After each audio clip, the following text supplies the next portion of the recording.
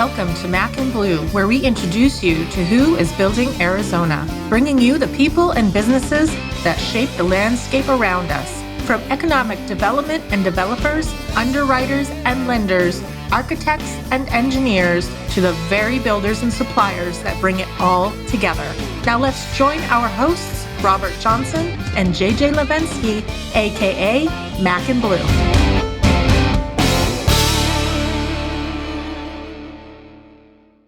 Hi, everyone. Welcome to Mac and Blue. I'm JJ Levinsky, your host, president and co-founder of Blue Wave General Contracting, and here for another episode of Mac and Blue, all things building Arizona. And today, my lucky guest, Rebekah Morris, who's the president and founder at, it's BEX, but I think it's AZBEX, right? Yeah, which everyone calls it like AZBEX, BEX, and whatever. Fancy acronym and short for what? Arizona Builders Exchange. There we go. Before we get into all the fun stuff with Rebekah, I always like to do a couple icebreakers, get to know you, that kind of thing. So, first icebreaker, what are you currently reading or listening to? I'm reading HBR, Harvard Business Review, puts out fantastic books, and the one I'm reading is Advanced Negotiating Tactics. So, very boring. Well, hello. A little boring on that one. So apparently we're going to do negotiation today. Right? We're going to test her and see what she can do. The audience always, before we get into your business, it's always nice to get to know a little bit more about you and kind of background. So if you would, can you just share with our listeners and viewers just kind of a little bit about like where you were born, grew up, that kind of thing? Sure. Yeah, I'm from the central coast of California. Ooh. So Lompoc, California. We are known for flower fields and a federal penitentiary. That's a good combination. And also Vandenberg Air Force Base or Space Force, whatever it is now. They launch a lot of rockets. So fun story, if you don't know what it feels like to be very close to a rocket launch, because they go off at like 4 a.m., it feels like an earthquake. And if you're from California, you are very well versed in when an earthquake hits, you just jump and you go to the doorframe. That's what you do. So every few months I bolted out of bed at 4 a.m. and hit the doorframe because I thought it was an earthquake. And my parents were like, Rebekah, it's a rocket launch. Go back to bed. I like the mix of the other one, cons and flowers. Flower fields. Seriously, like flowers. It's beautiful, really stunning pictures, but federal penitentiary. What about degree in construction engineering? From where? Cal Poly Pomona. So Ooh. Fun story there when I was applying for college. You're one of the smart kids.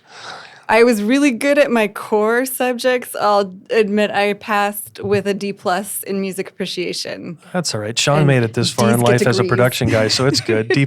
I mean, I was really proud of that. I was like, whatever, I get my degree. Yeah, but fun story with college. I thought I wanted to be a civil engineer, and in 1990s, they were adopting, the online application, and I was aiming for civil engineering as my declared major, and I scrolled down too far, and I hit construction management, and my reaction was like, you can go to school for construction? That's awesome. I went for it. So I'm just thinking back, because that's what I did, but did you have extracurricular things in mind? Like, geez, if I do this, I can go to more parties. I can do that. No, I wasn't that smart. I wasn't thinking of the whole social part of it. But yeah, that's how I ended up in construction. All right. What about hobbies? Current hobbies include running, cooking, because I like to eat. Oh. And gardening and reading.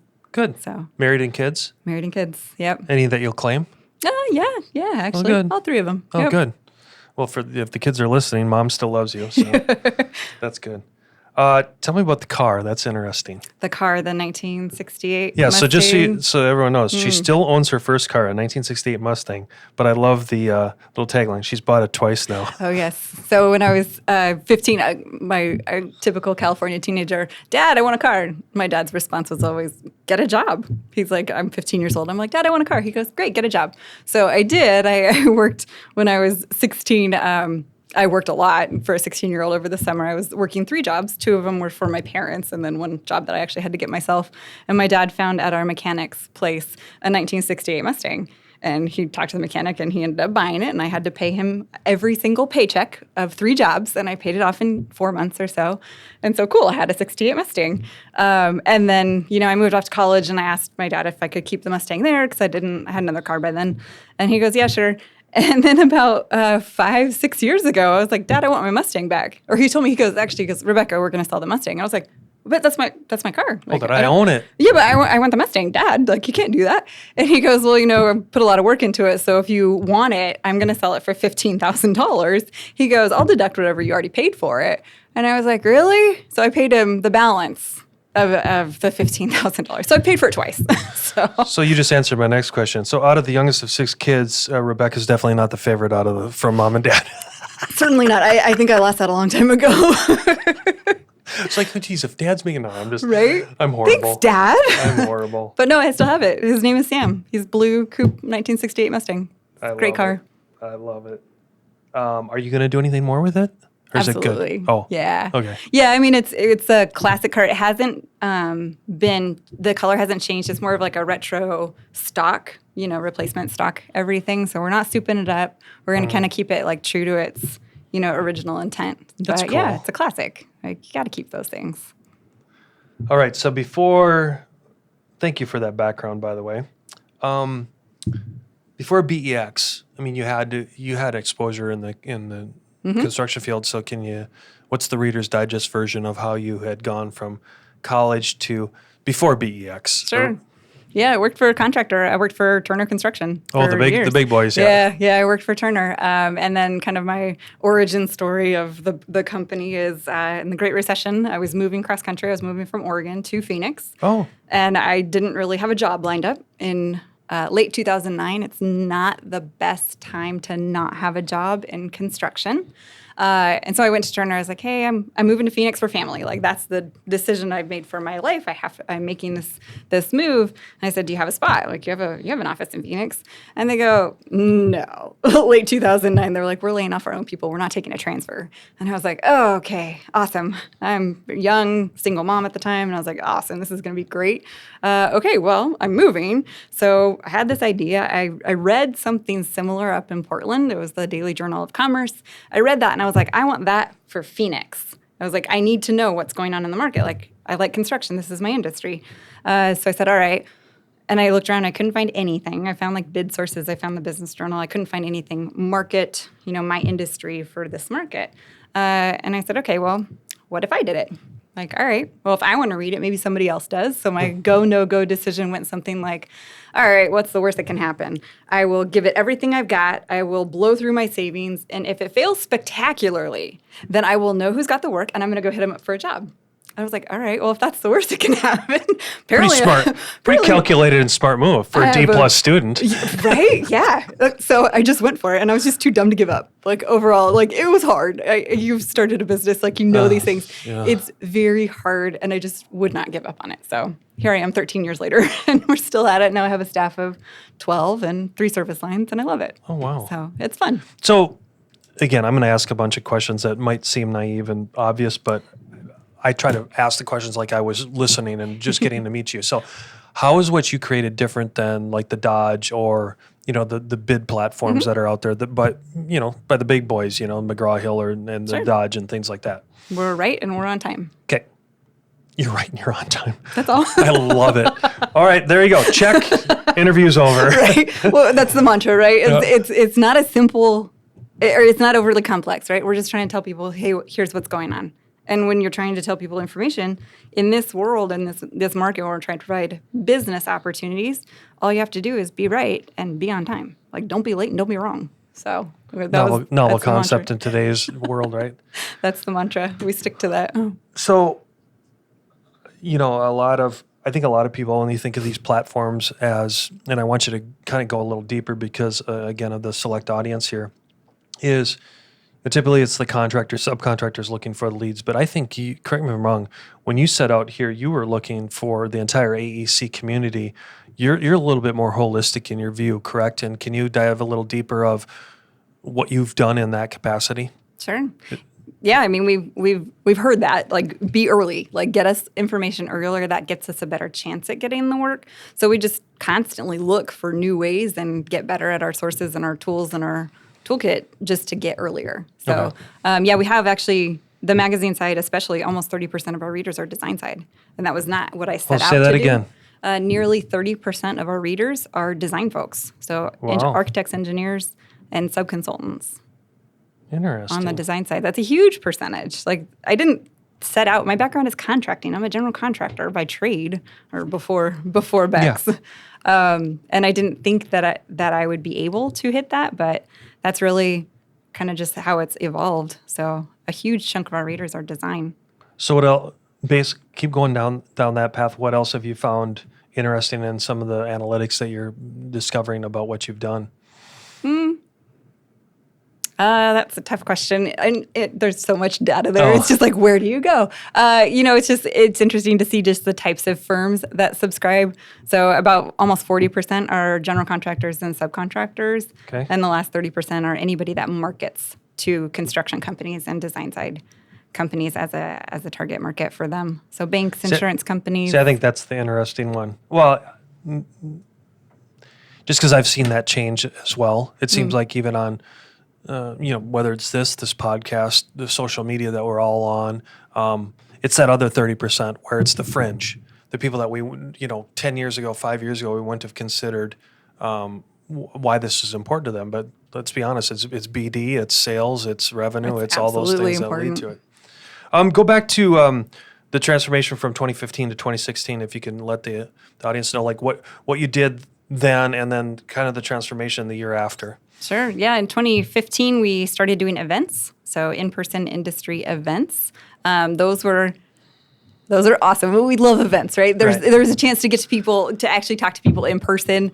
You get to hear from people. You know this doing the podcast, like just inviting people in. They're so interesting, like getting to talk to people and just finding their story and seeing our most basic questions. What are you working on? Like, what do you have coming up? It's cool to hear people, and they're generally very open. Like the speakers that we have, they're very open. They're willing to talk, and it's refreshing because like you can't get them to answer an email, but like, hey, can you come sit on a panel and tell us about the work you're doing? Right. Sure. Okay, great. And by the way, there's going to be like 300 people in the room. Okay, cool. So that's surprising.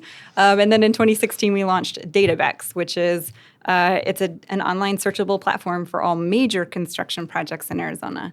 And for us, we define that as $5 million or more total construction costs.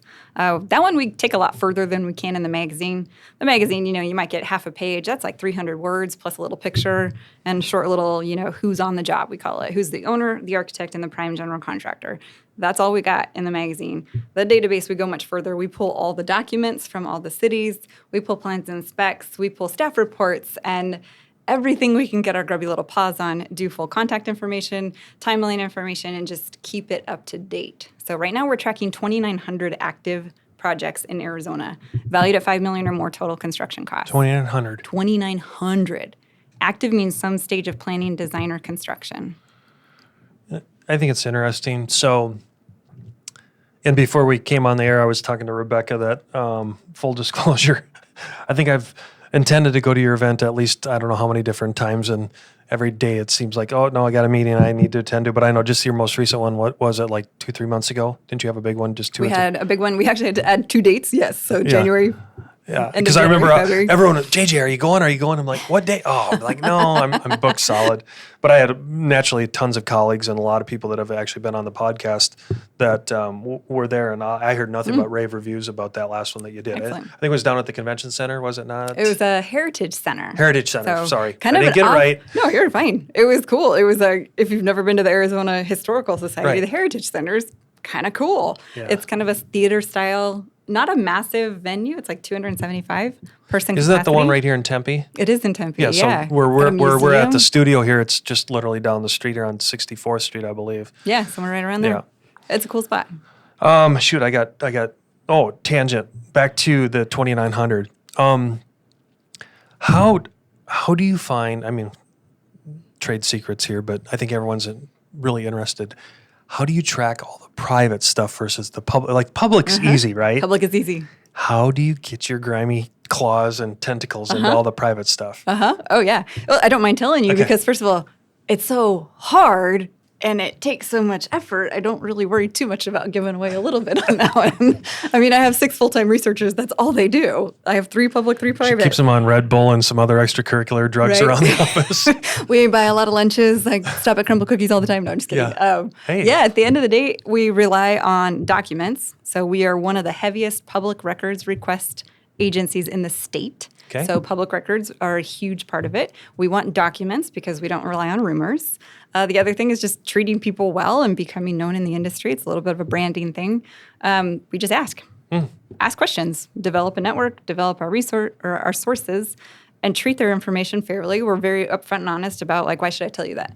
Well, we run a database of major projects, and if you tell us the truth, then, like, you're not going to get all these junk calls, right? Like, you're not going to have 500 people calling you. You know, if you put something out there that's inaccurate, then the wrong people are going to call you. But if you tell us what's going on, if you tell us who the design firm and the contractor are, when are you going to break ground? What is this project all about? At least we get the information out there, and you won't have people calling asking you who's the general contractor. Right. Instead, if it's, you know, an electrical sub or whatnot, they can go straight to the general contractor. There's no reason to call the owner. So getting the right information out there is pretty important to us. How do you, again, I'm going to ask a bunch of naive questions. How do you create revenue for yourself then? Is it on a subscription basis? Okay. And then, so out of these 30%, 40%, and 30%, mostly it's just the subscriptions then, correct? And advertising as well? Advertising is like 2% of my revenue per year. I don't chase ads. Really? That's it, huh? Yeah, because it's an engineer's approach to media, right? Yeah. Engineering approach is I want all the information. Give me all the information. Make it tableized. I love tables. Yeah. I don't care so much about, like, pretty ads. It's not my thing. So our revenue model is pretty much exactly opposite of traditional media. We are completely supported by subscription revenue, which keeps our mission content and accuracy, like programming, and make sure we have the right information in there so we cater to our subscribers, the readers, the people who get work out of it. Advertisers, sure, if you want to advertise, sure, I have an ad kit. I can send it to you. That's not our focus. So we do not cater to advertisers. Interesting. Well, I applaud you for that effort because it's kind of refreshing. It's a little unique. What, give me I would say not the demographics. I'm trying to think more of, you said you're just in Arizona right now, correct? So if you were to look at the 2,900, would you say that the majority of that is here in the Valley, or are you seeing, are you having a bigger imprint on the outside, like, you know, Havasu or Kingman or, you know, these other outside air, you know, because everyone looks at Arizona and goes, hey, other than Tucson and Phoenix, yeah, we don't have a lot of big cities. So just kind of curious how that looks on your dashboard. Oh, yeah. So I did that study specifically for that January event for that exact question. Was like, I had people asking, like, how much work happens in Flagstaff? Like, how much work happens in Tucson? 90% of the population lives in the Phoenix metro. More than 90% of the development and construction activity happens in the Phoenix metro. 90%? At least, yeah. And like Tucson must make up? Like 8%. And then everybody else is like the other 2% combined. Isn't that amazing? Yeah, I pegged Flagstaff at like $200 million a year in total construction volume. That's nothing. Like, we're doing $24 billion a year statewide in construction activity. Flagstaff, like, do the math. 200 million. It's very minuscule. Now, with your success, have you been asked to go to other states, or what's kind of your few philosophy? Times a week. Yeah. So why yes, no, what's? Oh yeah, absolutely. Okay. Yeah, I'm a control freak. That is definitely a character flaw of mine. I am a control freak, and anytime when we go out of the state, because it's not a question of if, when we go to that state, has to be to my standards. Okay. And so that's the catch is developing talent, developing processes, making it replicable. So I need to kind of extricate myself from all the day-to-day here. And the hard thing is I still love it. Like, I still like it. Like, I am involved in the magazine. I'm really involved in events and the database. I love it. So it's really hard to pull myself out of that to free myself up to go start up another one. So you have done it, or you're not doing it? We are going to, for okay, sure. You're going to. Yeah. It's a question of when. Can you give no hints on where? Oh, okay. So I'm actually pretty open with this. It has to be a smaller market. Okay. So it can't be, I love California. I'm from California. I can't start there. Like, it's a monster. It's too much to take on. So it will be a smaller market. The ones we get asked for the most are Nevada, Utah, Colorado, and New Mexico. Okay. New Mexico is kind of like a distant fourth because I went there and there was like nothing happening. So not super interesting. For those of us that have lived and worked there, it's, you know, there's all sorts of different theories, but, you know, without the government and the Department of Defense and the labs, you know, and when Intel left, there's just not a lot left. I spent a week for the Hot Air Balloon Festival driving around Albuquerque, and I was like, where's the cranes? Where's the construction fences? I found like one. Yeah. And I was like, that's like an office TI. It's an existing building. Like, there's not much there. Yeah. So New Mexico, I would say, is definitely a distant fourth, but we do get asked probably every week, and it's just a question of when. Okay. There comes a time when dreams become a reality, when you see your vision materialize into a true work of art. And the only way to get there is to choose a general contractor who shares that same vision and knows how to bring it to life. At Blue Wave, we aren't so big that we've forgotten where we've come from, and we aren't so small that we can't care for your projects regardless of their size. When your vision deserves safety, perfection, timeliness, and expertise in order to become a reality, trust Blue Wave to get it done right the first time.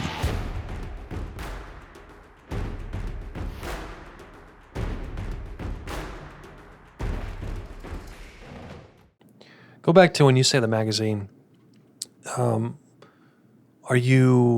Is it more print, more digital? Only digital. Only digital. We've never printed. Okay, that answered the question. Mm-hmm. Because I was thinking, there's still a lot of, let's be honest, we have a lot of tech-savvy people in our industry, but at the same token, we're also one of the slowest industries to change. And there's a lot of us old farts that are still out there that, hey, where's the bid? Where's that magazine with the bids coming out, So every once in a while, I'll get copied on somebody will hit reply instead of forward. And a couple of them have come through, please print this for me. And I was just like, oh, that's a lot of ink. Oh, that's like 70, 80 pages every Tuesday and every Friday. That's a lot. But I get it. It is something that people still, you have the ability to. It's formatted to print. So you can. It's just, that's a lot of ink. I love it. Let's go back to the conferences and the breakfast panels and things like that. Walk for those people that haven't been at one. Give us kind of like what that looks like as far as like an agenda standpoint, what you're trying to do in those Sure. forums, if you can, like break apart a day. Yeah, absolutely. So the entire business is bringing business opportunities to our clients, whether that's an attendee coming to an event, or that's a magazine reader or DATABEX subscriber, whatever service line you're interested in. All I want to do is tell you about what work is coming. Right. So that's the program. That's all we ever want to talk about. So, for example, we just did a healthcare panel earlier this month in March, and our ideal panel is 3 healthcare owners, moderated by an architect or a contractor. Almost always it's the sponsor. So in this case, it was Kitchell. Kitchell's one of the largest healthcare contractors in the state. Our panel was Phoenix Children's, Banner, Dignity, and Northern Arizona Healthcare. So 4 of your largest healthcare owners all came in person, and we had a great discussion. And the first question is always, what do you got coming up? What do you got coming up? We're very simplistic, but it's what everybody wants to know. That event was great. How long did that last time? An hour. An hour. Yeah, okay. That's a breakfast panel. A typical breakfast panel is an hour for us. We sold out. And selling out was how many people? 125. That's the capacity of the room. So, yeah, that one went really, really well. And out of the 125, Rebekah, how many were like first timers or guests? I would say less than 20%. Okay. Those our breakfast panels. We announce them. That one sold out. We knew that one was going to sell out. So that one was very interesting to people. Right. That was a good topic. We had people calling we would make the list of attendees public. It's just name, first name, last name, company name online. And I had somebody call 4 or 5 days before the event. And she goes, your website says it's sold out. And I was like, that's because it is. I'm sorry. We have a room capacity and we've sold it. And she goes, well, I need to come. She goes, well, can I sponsor? And I was like, well, no. And she goes, well, who else is coming? Can you give me the attendees list? So I said, oh, it's online. She goes, I'm smiling and dialing right now. So she literally, and then people at the event told me that they got emails asking like, hey, are you going to use your ticket or can I get your ticket? People really wanted that one. So that one is particularly in demand. The other one is that it always sells out is higher ed. Yeah. So we're really good at getting the 3 state universities. Demographics-wise or market data-wise, the 3 state universities cover 85% of your higher education construction market. So if you cover the 3 state universities, you got higher ed. Yeah. You got it. So those are our breakfast panels. It's always 3 owners, moderated by the sponsor, whether it's an architect or contractor.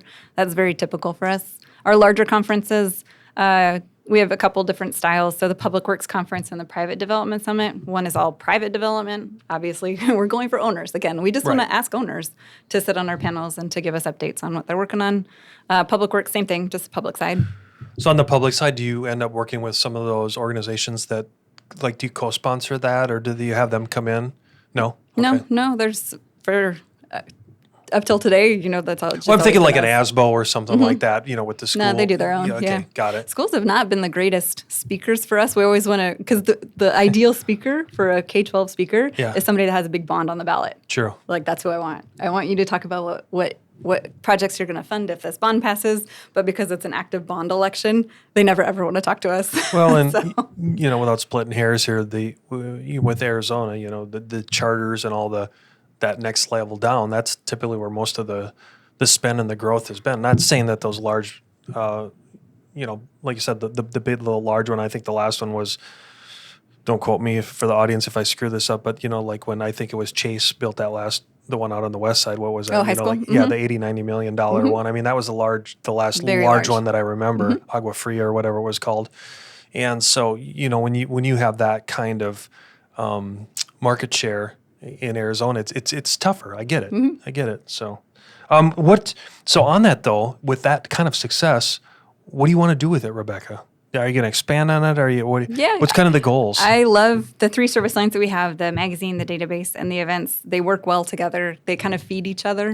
So, the reason I know who to ask to speak at the events is because the database tells me who has all the big projects. So I can look it up and full contact information.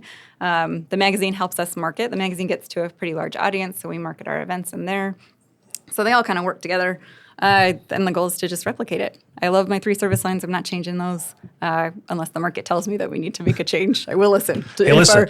The D plus student at the control for self-diagnosed control freak. She said she's willing to change everyone. So, but she's going to let the data drive it. Yes, absolutely. And we do love our metrics. So the goal is to repeat it, right? Yeah. Just copy paste. I think all these service lines will work in other locations as well.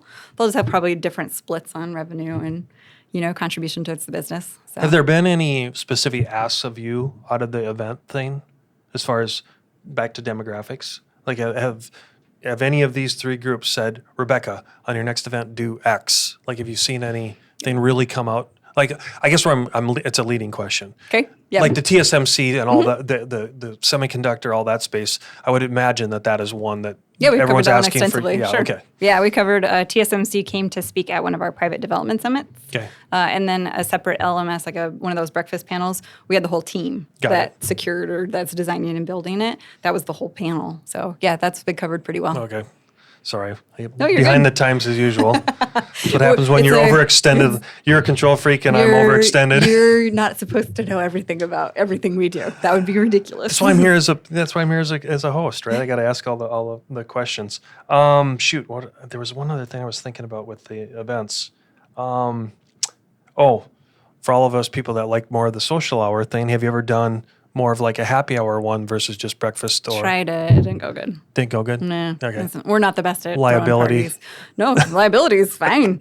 Like, everybody behaves themselves really well. Okay. No, it's just a programming thing. I think it's just our style. Okay. We're program. We are content. We are all future work. We did a survey at the end of 2022 asking specifically, like, what kinds of events do you want us to do? We asked, like, everybody that we market our events to is a pretty big audience, cast a wide net. And it was very clear they come for the content. They're there for the content. They want to network, but don't take away any of the programming. Don't just do a party. So I think there's great people that do other parties. Like the ABA throws fantastic mixers. Oh, there's yeah. They're huge. CRENAB, you can go get a party. Like, you can get the network. NAOP, CREAT, yeah, Right? all of the a lot All of of the those people that guys. we continually mention here on the podcast. So no, that's good.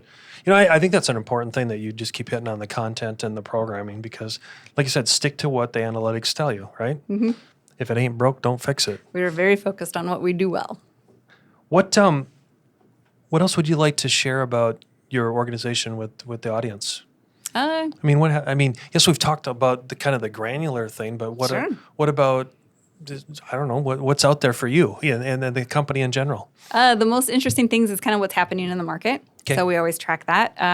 There's kind of a big reaction right now. So what's happening in the development world, especially multifamily, I'm sure you know this, is the NIMBYs have started really pushing back on new development projects. Not just even multifamily, that's just the most, I think that's the one that gets them in the uproar the most. Yeah. But now there's kind of starting to be kind of a big reaction on the YIMBY side. So there's coalescence, there's organization, business community, some in the outreach and the residents more so in the business community to push back. against the NIMBYs and say, like, actually, development is good. Actually, if you add more supply to the market, rents will come down. So kind of the reactionary force, I'm starting to see that kind of organize, and that's good. So hopefully we will not lose as many projects. Because what happens is, city people, staffers, city council, I get it. They're human. They don't want to be yelled at. And the people that are the loudest are the anti-development crew. They're organized. They're successful. They're mobilized, and they're successful at killing projects. So what I'm starting to see, what I find very interesting in the market, is the reaction, is the business community, the organization, the development and reaction to that, to push back and to give data to city council members, to give data to city staff and say, listen, these arguments are not valid if they are opposing a development because they say character or quality of life, character of neighborhood, traffic, crime rate, and property values. I think I hit all the major common NIMBY points. And so they're just refuting them with data. So one by one, they're just trying to knock them out and say, listen, this is not as high of a traffic count as if this parcel were to go retail, your traffic counts would be higher. Multifamily is a lower traffic count. Actually, crime is not going to happen because of this. And so it's all the data. So I think that's really interesting. We're still seeing tons of industrial activity. Yeah. So just across the board, industrial is still going pretty crazy. And then there's still just so much multifamily. So those things are kind of the interesting thing. When you ask what's out there for me, there's still a lot of opportunity. Yeah. It's a huge market, and there's still so much happening. So it's always encouraging. It's a really good spot to do business. So that was the upside. Have you seen any retraction or anything with interest rates on any of the other things? Oh, sure. They're slowed. They kind of paused, especially the multifamily. So what we saw most commonly was multifamily projects that were, through planning and zoning, getting ready to pull a permit. Then all of a sudden the banks renegotiated all their deals. So we had to add a status in our database that said pending funding. Like, we had to add a status that said, like, yeah, design's done. Yeah, your pricing is in.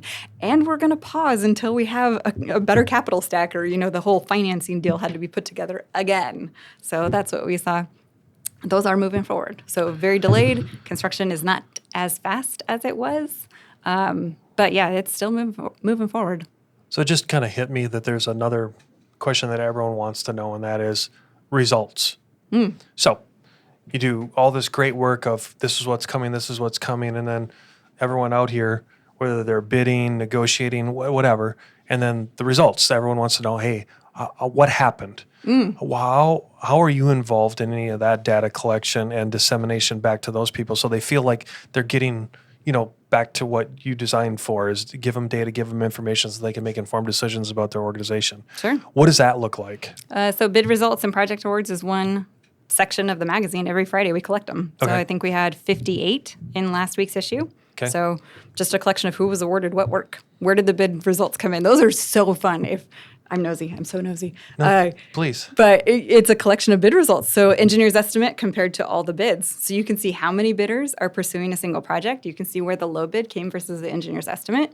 So those kinds of things, just general, like if you're sophisticated, you look at that and you say like, oh, these are where the bids are falling compared to the engineer's estimate. So did you track that data then We too? do. Oh. We do it like every. You should charge about 10 times as much for that stuff.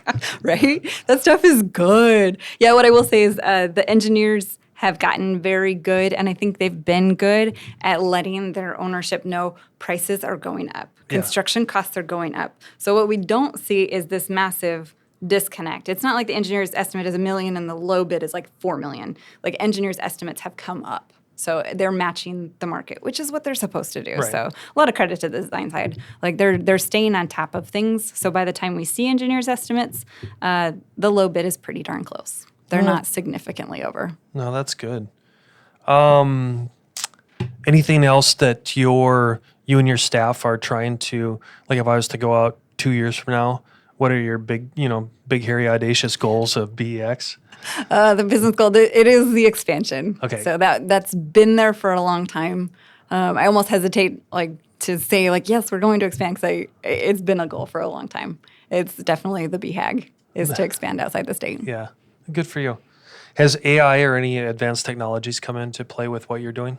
Not yet. So we've been very slow. We've actually checked very recently, in the last few weeks. So AI is out there. AI is really, really funny when you give it a packet. So we rely on documents. So we've tested this stuff. It's fun. Yeah. I want to see what these things can do, right? So you give it a packet, which is what my reporters dive into, and they pull all the stuff out of. So if you take a packet that was submitted to the city and you upload it to like Chat GPT and you say, hey, write me an article based on the information in this uploaded PDF, and you just give it the link. It wrote it so horribly wrong. It was comical. And it spits it out. And so, I mean, it's fast. Like, you can just watch it and read it as it's writing. But then you actually pull up the source documentation and you compare it, and you're like, well, nothing about this matches.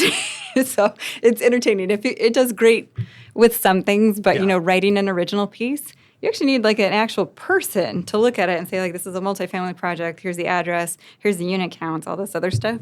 Because ChatGPT came back with a completely different project. And I'm like, that was nowhere in the packet. Like, I don't know where you got that from. What's funny, Layla and I were just talking about that before you showed up for the interview and podcast today, and we had a lot of the same comments about, and not just specific to what you're doing, but just certain verticals that AI just is not connecting right now. But it is giving, I think it's giving them tremendous insight. That look under the hood, no pun back to your car, but I think we as business leaders are realizing, like, how are we going to evolve and transform into that and use it to everyone's advantage. Don't be threatened by it, but there's just some of it's just not there right now. But no, it's been very interesting. I don't know, Rebekah. I just one of the things I want to do is I want to do a rapid fire with you later, because I think it's fun. It's a new thing we want to try on the podcast. But before we get to that, is there anything else you want to share about yourself or the future of BEX? Just want to say thank you to all of our customers. I mean, we get to like 4,000 people every week, so it's been very humbling to say, like, people give us a chance. So that part has been really cool. Like, I came here when I started, I had no business being in business. Like, I was an engineer and I had this idea that I wanted to do this thing, and I didn't even know what I was supposed to be doing, for years. Yeah, but your bet paid off. It did. And you didn't have to go get a job. Too dumb to give up most of the time. No, not too dumb, too determined. Yes. Yeah, that's what it takes. Back to the series. What do you have coming up in the next few months so the audience can listen to like what you have? If you would just give a high level of your calendar. Absolutely. April 18th will be our upcoming Public Works panel. We've already got the city engineer for the city of Mesa. So Eric Froberg, is a panelist. Lance Webb, with the assistant city engineer for the city of Mesa, and Sunt is our sponsor. So just talking upcoming Public Works projects. So I will add one more owner to the panel and call it a day. So. And then, so that's the Public Works one in April. Then when was the next one after that? We will be looking at retail and restaurants in June. I forget the date. Okay. And then our private development summit will be in August, and our Public Works conference in October. Okay, so you've pretty much got the next 6 months laid out. Yep. Awesome. We try. And then call it on your website. Sure. AZBEX.com, data-bex.com, or bex-events.com. Perfect. Our suite of services. All right, now let's go into the fun. Well, not that wasn't fun, but now let's get to know Rebekah a little bit more. All right, everyone. All right. New thing, rapid fire. Okay, what is something you are great at cooking? Oh, I love cooking. Are you kidding me? Oh, favorite dishes to cook. I am a huge prime rib fanatic. I can cook a prime rib. Yes, I would say that one. Traditional, or are you into roasted. the new? Well, roasted or smoked. We can smoke it too. It's pretty damn good. Yeah, I saw one guy was posting, or he claimed to fame was, what is it, the electric fryer? Oh, really? He did a prime rib in there, and I guess it was like awesome. Huh. I'm not a huge Instapot fan. Like, no, not the Instapot thing, but okay. So prime rib. Okay, all right, got it. What's the best advice you've ever been given? Oof, best advice I've ever been given: don't give up. Don't check the civil engineering box. Right. For all you geoholics out there, you're going to laugh at that one.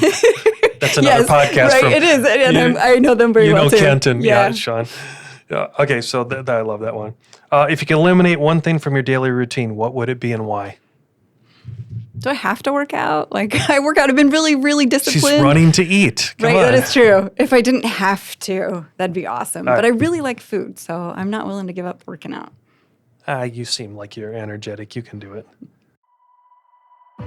There comes a time when dreams become a reality, when you see your vision materialize into a true work of art.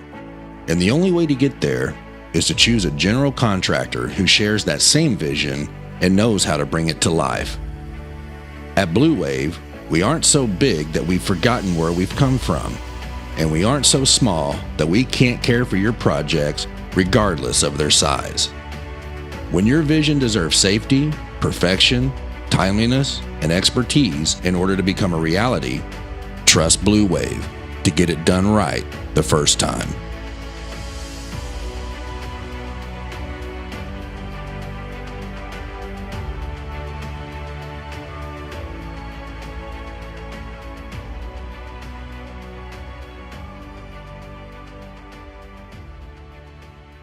What would you like to do when you retire? Hang out with my husband. Probably, I'm going to make him retire. He wants to retire first, so he's going to have to plan all the travel. So I like gardening. I would say I'm going to read a lot more, garden a lot more. How old are your kids? 15, 13, and 9. Oh, you still got a little work left to you. A little bit. Yeah, they're They're getting almost a lot easier. self-sustainable. They are. They can get their own food, which is awesome. Because you're such a good cook. Okay. What skill do you think everyone should have? Cooking? No, I'm just kidding. Hey, I like that. Everybody should be able to prepare some kind of food. My kids don't agree. Like, I'm making them learn how to cook before they leave the house. They don't agree.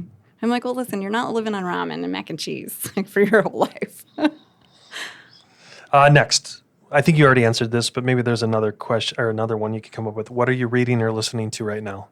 Harvard Business Review are definitely my favorite books, but also Yuval Harari. There's one great book that I keep recommending, 21 Lessons for the 21st Century. Really? Like small bites. So they're, it's a chapter. Can you but repeat that one? Yeah, 21 Lessons for the 21st Century.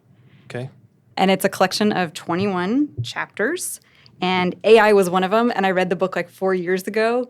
And at the time, I had no idea what AI was. And it presented such thought-provoking scenarios. And it was like, a self-driving car is coming, right? Right. Like those are coming. That's a known technology. Even when I was reading the book 4 years ago, they were talking about the ethical concerns of programming the car. So if the car is going to crash into a group of pedestrians, do you program the car to kill the pedestrian or to kill the passenger? Like that kind of, and my mind just went, and I was like, oh man, there's some really, really big questions here. I don't know how to answer these. Like, Swerve and kill the tree instead. right? But it was like that scenario of like these AI type questions Yeah. and just these really big kind of big Thought-provoking, yeah. Yeah, and he wasn't biased. He just presented like, do you do this or do you do this? And so I just thought it was just so new way of thinking, new topics, just completely kind of blew my mind. So that one was pretty really deep. good. It was. I like that. It was. And then Sapiens is his other bestseller. Yeah. That one, man, I don't know if I was proud to be a human after reading that one. Isn't there Homo Deuced as well? Isn't it I on the haven't same read that series? one. I don't know. I think Sapiens was very thought-provoking. I think Sapiens and Homo Deuced is but yes, that Same author. I think so, Great yeah. author. Okay. What movie could you watch over and over again? I have a very childish sense of humor, like Dumb and Dumber. Yeah, that's like Jim Carrey. Any of the Sean, Jim there's hope Carrey. for us after all. I have like a 12-year-old sense of humor. Duh, it's the Rockies. When he's got the extra pair of gloves on. Oh, you Sorry. want these? I'm a guy. I can quote anything, right? Dumb and Dumber. All right. What show on Netflix did you binge watch embarrassingly fast? Oh, I'm not a huge TV person. We did do Tiger King. Like that one was. We'll skip over that one then. All right. What is one crazy thing you'd like to do if there were no consequences? She already did it. She started her business. Right. There's consequences to that one, for sure. Okay, no consequences. I don't know, just like run at a wall or something. Like AI said, go run into the wall, Rebekah. What would you like to be remembered for? Leaving the world better than I came into it. Good answer. All right. Any software or apps you're using right now that you feel, like helping life work that you would like to share with someone else? Not a huge app person. I mean, we're very heavy users of technology, but it's our tools that I think are widely accessible to everybody. Fair enough. What news sources do you use to stay in touch with your niche within the Arizona development market or within our what we do? I mean, the media is out there. So like the major media outlets, we cruise them all. So Okay. I think Rose Law Group does a great job at Oh yeah, Jordan and her group. Yeah. just kind of aggregating everything. Just Their newsletter is phenomenal. It is. It's good. Yeah. It's just a page full of links, but I read most of them. So I like to stay up on that one. Always looking for. I'm on Reddit. I'm looking for the new authors, and I'm always looking for what else is out there. I think there's a good Skyscraper Forum. I think it's Skyscraper Forum. That one's pretty good. We get some good information there. So, yeah, there's a bunch of different websites. And the last one, well, it's first of all, it's Truth or Dare. Okay. All right, I'm ready. No, which one? Truth or Dare? Oh, I'm sorry, Truth. Truth, okay. What is your biggest fantasy? Oh, biggest fantasy. To be on an island by myself for a couple days. Husband and kids? She didn't say that out loud. Right. Yeah. Actually, I'm quite the loner, quite the introvert. I'm an engineer by trade. So doing what I do forces me out of my comfort zone. So All right, we'll leave you with a bottle of rum like absolutely. Jack Sparrow. Yeah. How's that? Yeah. Give me a deserted island. Give me some food. And yeah, a bottle of rum would be great. Well, Rebekah, thanks so much for being on today. Can't thank you enough. For the audience's sake, I'm going to kind of eat crow here because I want to get to one of your events because I keep saying I want to get to. So if I'm going, all of you listening and watching, make sure you get to one of their events. I've heard nothing but the best continued success with those and being a catalyst for our industry. After all, we set this up as Building Arizona, and I think you're more than contributing. So I just applaud you and thanks for being on today. Thank you. We just want to keep everybody else working, right? Like that's all I want. I want to provide good jobs for my employees. And I want to provide work for everybody else. Like you guys have to go get the work. I just want to tell you about it. Yeah. So I love it. Thank you. Thanks again, and look forward to you on the next episode of Mac and Blue. You've been listening to the Mac and Blue Show, brought to you by Torrey Contracting and Blue Wave General Contracting. Be sure to subscribe to the Mac and Blue podcast on your favorite podcast platform. Follow Robert Johnson and JJ Levensky on LinkedIn and Instagram. Tune in live every first and third Thursday at 3 p.m. as we continue to introduce you to the people building Arizona. Walt Disney said, "You can dream, create, design, and build the most wonderful place in the world, but it requires people to make the dream a reality." Until next time, make it a great day.